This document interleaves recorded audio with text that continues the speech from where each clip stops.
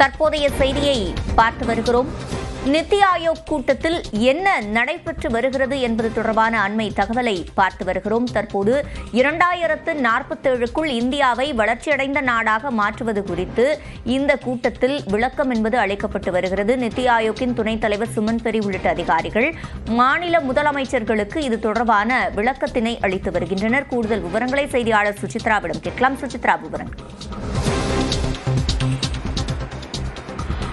பிரதமர் மோடி தலைமையிலான நித்தி ஆயோக்கினுடைய நிர்வாக குழு கூட்டம் தொடங்கி நடைபெற்று வரும் நிலையில் மிக முக்கியமாக இந்தியாவை வளர்ச்சியடைந்த நாடாக மாற்றுவதில் மாநிலங்களுடைய பங்கு எவ்வளவு முக்கியமானது என்பது தொடர்பான ஒரு விரிவான விளக்கத்தை பிரசன்டேஷன் மூலமாக நித்தி ஆயோக்கினுடைய அதிகாரிகள், மாநில முதல்வர்கள், பிரதமர் மோடி உள்ளிட்டவர்களுக்கு தற்பொழுது விளக்கியிருக்கிறார்கள். சுமார் 27 நிமிடங்கள் நீடித்த இந்த ஒரு பிரசன்டேஷன் விளக்கம் என்பது பல்வேறு மாநிலங்களுடைய செயல்பாடுகள் எந்த அளவிற்கு உள்ளது, இந்தியாவுடைய வளர்ச்சிக்கு மாநிலங்களுடைய பங்கு எவ்வளவு முக்கியமாக இருக்கிறது என்பது தொடர்பான விளக்கத்தையும் அவர்கள் அந்த ஒரு ஆலோசனையின் பொழுது முன்வைத்துள்ளது மிக முக்கியமாக பார்க்கப்படுகிறது.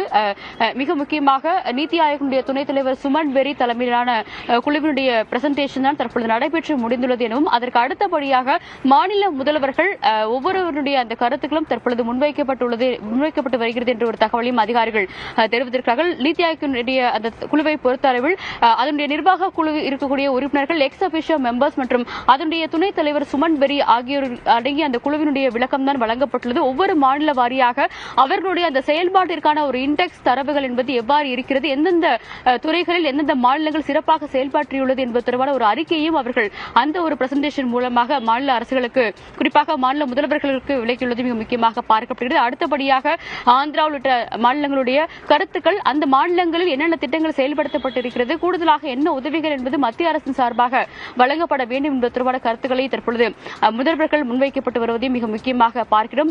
மாநிலத்தினுடைய தலைமை செயலர்களுக்கும் பேசுவதற்கான ஒரு வாய்ப்பு என்பது இந்த கூட்டத்தில் வழங்கப்படும் என்றும் அதிகாரப்பூர்வமாக மாநில முதல்வர்கள் தற்பொழுது பேச்சுவார்த்தையை முன்வைத்து வரும் நிலையில் தமிழ்நாட்டின் சார்பாக முதல்வர் மு.க. ஸ்டாலின் இன்று பிற்பகல் அவர் அதிகாரப்பூர்வமாக பேசுவார் என்றும் எதிர்பார்க்கப்படுகிறது. மத்திய மற்றும் மாநில அரசுகள் இடையேயான நிதி பகிர்வு என்பது எவ்வாறு இருக்க வேண்டும், கூட்டாட்சி நடைமுறையை எவ்வாறு முழுமையாக அமல்படுத்த வேண்டும் என்பது தொடர்பான பல்வேறு கருத்துக்களை தமிழ்நாட்டின் சார்பாக முதல்வர் மு.க. ஸ்டாலின் இன்றைய ஆலோசனைக் கூட்டத்தில் அவர் முன்வைக்க உள்ளார். அது மட்டுமல்லாமல் மத்திய அரசினுடைய அந்த செயல்பாடுகள், ஒவ்வொரு திட்டத்தை ஒதுக்கும் பொழுது எவ்வாறு இருக்க வேண்டும், தமிழ்நாட்டினுடைய என்னென்ன திட்டங்களை இந்திய அளவில் கொண்டு செல்வதற்கான ஒரு பரிந்துரைகள் வைக்கப்பட உள்ளது என்பது தொடர்பான ஒரு கருத்துக்களையும் முதல்வர் மு.க. ஸ்டாலின் இன்று பேசும் பொழுது தற்பொழுது நித்தி ஆயோக்கினுடைய கூட்டத்தில் முன்வைக்க உள்ளார். மற்ற மாநிலங்களில் என்னென்ன சிறப்பான திட்டங்கள் செயல்படுத்தப்பட்டு வருகிறது, அவை பிற மாநிலங்களுக்கு எவ்வாறு உதவும் என்பது தொடர்பான ஆலோசனைகளையும் அதிகாரிகள் இன்றைய கூட்டத்தில் தற்பொழுது முதல்வர்கள் மற்றும் பிரதமர் மோடிக்கு அவர்கள் விளக்கம் அளித்தும் அவர்களுக்கு முன்வைத்தும் வருவதையும் மிக முக்கியமாக இந்த நேரத்தில் பார்த்து வருகிறோம். சிவரஞ்சனி, விவரங்களை வழங்கியமைக்கு நன்றி சுசித்ரா.